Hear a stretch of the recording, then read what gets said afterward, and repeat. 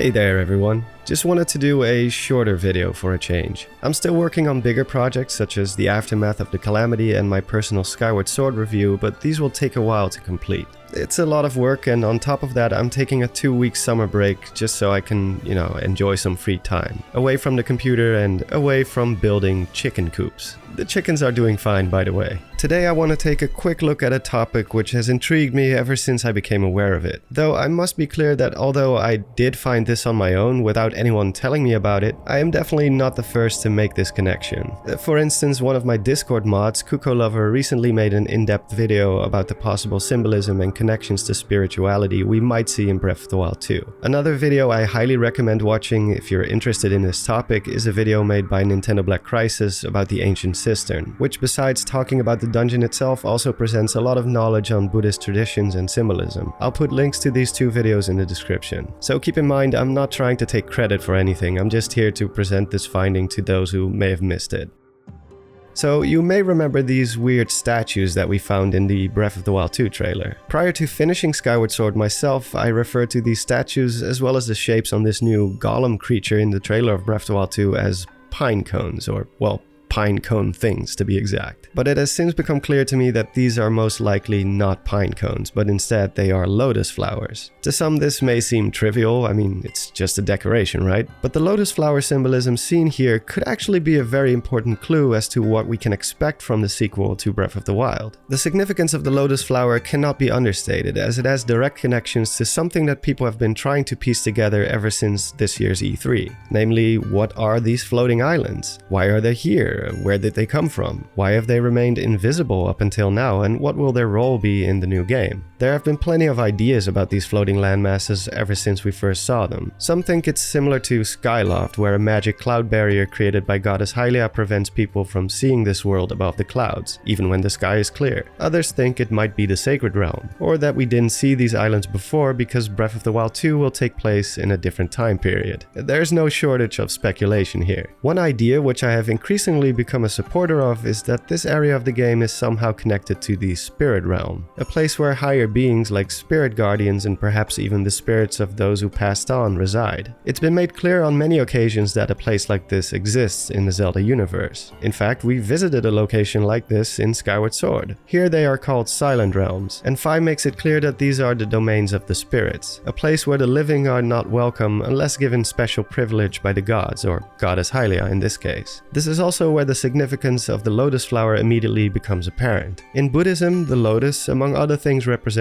purity and enlightenment, and in Skyward Sword it is used to represent the spiritual growth Link undergoes, as well as a way to justify this collectathon, but that's beside the point. Whenever Link enters the Silent Realm, an orb will emerge from his chest, which then manifests into a flower, which is very similar to the spirit orbs in Breath of the Wild. The spirit vessel, as it is referred to, needs to be filled up completely, after which the flower at the top will close, creating a similar shape to the one we see in the Breath of the Wild 2 trailer. The reason I initially didn't make the connection between the lotus flower and this shape is because it's missing the plume at the top, where the petals come together. So that's why I called it a pine cone instead. But one quick glance at places like the ancient cistern shows that this plume doesn't have to be there, as we see plenty of Lotus depictions that don't have this feature either. It's clear that out of all Zelda titles, Skyward Sword is the game which has the closest connection to Breath of the Wild in terms of its motifs, symbolism, as well as the overall references placed in the game, like the springs, goddess statues, dragon spirits, forgotten temple, just to name a few. So it's no surprise that the sequel 2 will continue this trend, as it is still set in the same world as its predecessor. Spirits are once again a common occurrence in Breath of the Wild. The Koroks, elemental dragons, Lord of the Mountain, great fairies, and horse god Melania are all classified as spirit beings. They are also invisible to most people, with the exception of certain chosen individuals like Link, as well as young children. It's implied that this has something to do with the purity of one's soul. In Buddhism, as well as Shintoism, the age at which one loses its innocence is said to be around 12 years old. After this point, all humans become impure and will need to purify themselves. We see something like this play out in Skyward Sword as well. Zelda needs to purify herself inside the springs in order to become a suitable vessel for the goddess, and Link needs to grow his spirit in order to access the sacred flames as well as make himself ready to wield the full Triforce. The fact that we see Lotus depictions within the sky realm of Breath of the Wild 2 almost certainly hints that the skies he's traversing are more than just some floating islands above the clouds, but in fact closely tied to the world of spirits. So another dimension altogether, which also explains why we don't see the islands from the surface. And as many have pointed out, this is further evident from the strange portals the dragons use to make their exit. It's amazing to me that the Zelda team implemented details like these into the game, as it really makes you feel like the story events of the sequel were planned and purposely hinted at all along. I don't know if this is the case, but if it is, props to them. As of right now, it's unclear what the goal of Link's trip to the Sky Realm is, and to me, this is very exciting. It could have something to do with the Triforce, or at the very least, the Triforce of Courage, since Link from Breath of the Wild is one of only a few incarnations of Link who, as of right now, has not obtained the Triforce of Courage at any point in his career as a hero. He is recognized as a true hero by Monk Koshia as well as Zelda herself, but the Holy Relic has eluded him thus far. Obviously, this wasn't necessary in Breath of the Wild, seeing as Calamity Ganon wasn't a real entity, but a mere ghost created by malice. I mean, even the Master Sword wasn't crucial to defeating him, which already raised a lot of suspicion. In Breath of the Wild 2, however, it seems Link and Zelda will be dealing with the source of malice, and the true form of the Demon King. Hence, obtaining the Triforce, or at the very least the Piece of Courage, might be the motivation to travel to the Heavenly Realm. Alternatively, it could be that Link has been corrupted by malice. With his body and soul now tainted and impure from his affliction, he may need to cleanse himself by entering the Spirit Realm. It could even explain the absence of the Master Sword, as it may have rejected him now that he's been corrupted by evil. Another option, and yep, I'm gonna have to mention the Zonai again, they might have something to do with it. Their sudden disappearance could mean that they have all died and passed on to the afterlife. If the Zonai, who are described as having been powerful magic wielders, somehow possessed the key or the knowledge to Ganondorf's defeat, be it the Triforce of Courage or some other powerful ability, this could be the reason why Link has to travel to the Spirit Realm, as it could be the only way to obtain this power or knowledge by gaining an audience with the spirits of these ancient warriors.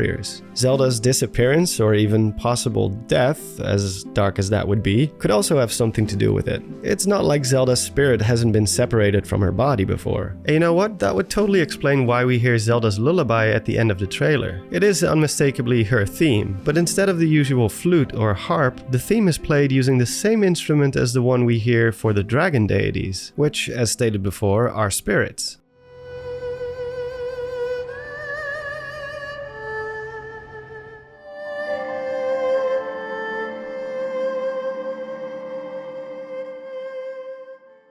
Maybe this signifies that Zelda's spirit is trapped in the spirit world, or the underworld, as she is seen falling down. So maybe Link travels to the spirit world to somehow free her soul. Some might also be pleased to know that although the champions and King Rome passed on to the afterlife at the end of Breath of the Wild, the possible existence of a spirit world in Breath of the Wild 2 could mean that we will see them again after all. Maybe not with a very big role this time around, and probably only in spirit form yet again, but still. There are plenty of possibilities, and of course if you have your own ideas, don't hesitate to share them down in the comments. A good discussion is always welcome. Who knows what we might find in this other realm. It's been long since revealed that Breath of the Wild was initially supposed to feature a Minish-like race of tiny creatures Link could interact with. The Minish, last seen in Minish Cap, share a lot of traits with that of the Koroks in that they are invisible to most people and mostly show themselves to children alone. The realm of the Minish is also said to reside close to the heavens, and we even see a symbol very similar to that of Vati, who is revealed to have been a Minish himself. Not saying Vati will make an appearance in Breath of the Wild 2, though that would be awesome, but it could be more than just a reference and yet another clue that ties the sky from Breath of the Wild 2 to some higher plane of existence. And that's pretty much it for this one. Again, this was more of a stray thought than a well-constructed theory, but I gotta give myself a break once in a while. As stated at the beginning, bigger stuff is on the way, but it will take a while before they see the light of day.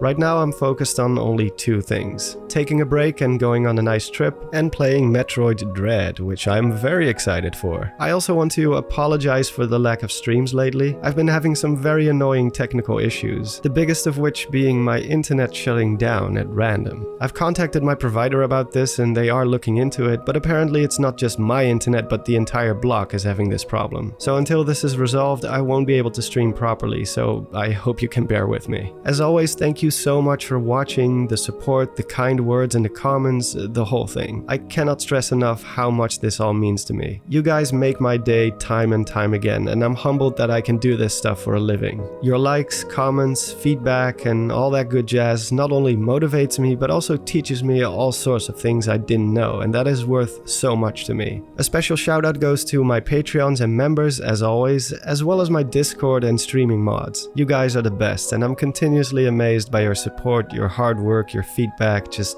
everything you do. Also, please give a warm welcome to Jennifer Butler, Gamesmiths, and RoseRat17 for joining my crew, as well as a special thanks to Barky Doggo, who has been extremely generous with extra donations over the past months. Also, keep an eye out for another special thanks which I will probably film in person. Someone sent me an amazing gift and I want to highlight it, but so far I just haven't had the time for it. So Banoon, if you are listening, I will cover it soon. Again, thank you so much to each and every one of you. And that is all for now. I hope to see you in the next video. This is Don signing off, and have a good one.